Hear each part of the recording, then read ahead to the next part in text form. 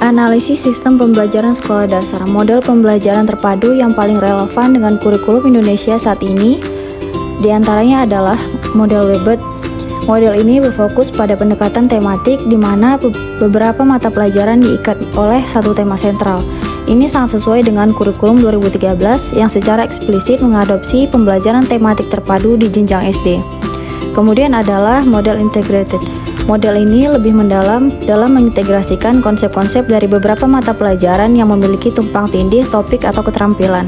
Meskipun kurikulum 2013 lebih cenderung ke model Webert, elemen-elemen dari model integrated juga hadir, terutama ketika guru berusaha menghubungkan konsep-konsep kunci dari berbagai disiplin ilmu untuk memecahkan masalah atau memahami fenomena secara yang lebih kompleks.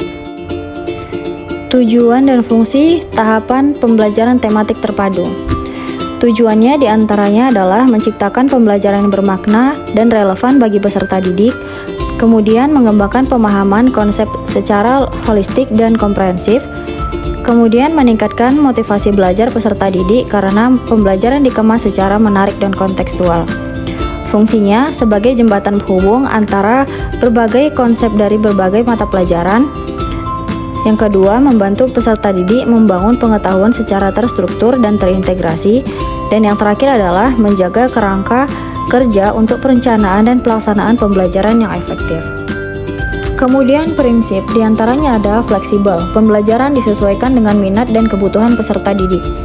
Kedua adalah aktif dan berpusat pada peserta didik. Peserta didik menjadi subjek pembelajaran, terlibat aktif dalam proses penemuan dan pembangunan pengetahuan. Yang ketiga adalah holistik dan bermakna, memandang pembelajaran sebagai satu kesatuan yang utuh dan materi pembelajaran memiliki makna yang jelas bagi peserta didik. Kemudian adalah kontekstual, pembelajaran dikaitkan dengan kehidupan nyata dan lingkungan sekitar peserta didik. Dan yang terakhir adalah menciptakan suasana belajar yang gembira dan antusias. Rambu-rambu pembelajaran terpadu. Yang pertama, tema yang dipilih harus relevan dengan minat dan lingkungan peserta didik. Kedua, integrasi mata pelajaran harus alamiah dan tidak dipaksakan. Tiga, perencanaan pembelajaran harus matang, mencakup pemetaan kompetensi dasar, indikator, dan kegiatan pembelajaran. Yang keempat, evaluasi dilakukan secara autentik, meliputi aspek pengetahuan, keterampilan, dan sikap. Yang kelima, guru berperan sebagai fasilitator atau motivator. Landasan pembelajaran terpadu. Yang pertama ada filosofis. Pembelajaran tematik terpadu dilandasi oleh filosofi konstruktivisme, di mana pengetahuan dibangun oleh peserta didik sendiri melalui interaksi dengan lingkungan dan pengalaman belajar. Yang kedua adalah psikologis. Sesuai dengan perkembangan kognitif peserta didik usia SD yang masih berpikir konkret dan holistik, pembelajaran tematik terpadu membantu mereka memahami dunia secara keseluruhan, bukan dalam potongan-potongan terpisah. Dan yang ketiga ada yuridis. Berdasarkan ketentuan perundang-undangan pendidikan, termasuk Undang-Undang Nomor 20 Tahun 2003 tentang Sistem Pendidikan Nasional dan peraturan pemerintah terkait kurikulum. Perbedaan kurikulum 2013 dan kurikulum Merdeka. Pada kurikulum 2013, aspek pendekatan utama tematik terpadu terintegrasi berbagai mapel dalam satu tema. Kemudian struktur kurikulumnya, mata pelajaran terintegrasi dalam tema, KD setiap mapel jelas. Peran guru, fasilitator yang mengikuti alur tema dan KD yang telah ditetapkan. Materi pembelajarannya, materi yang terintegrasi dalam tema seringkali terstruktur dan padat.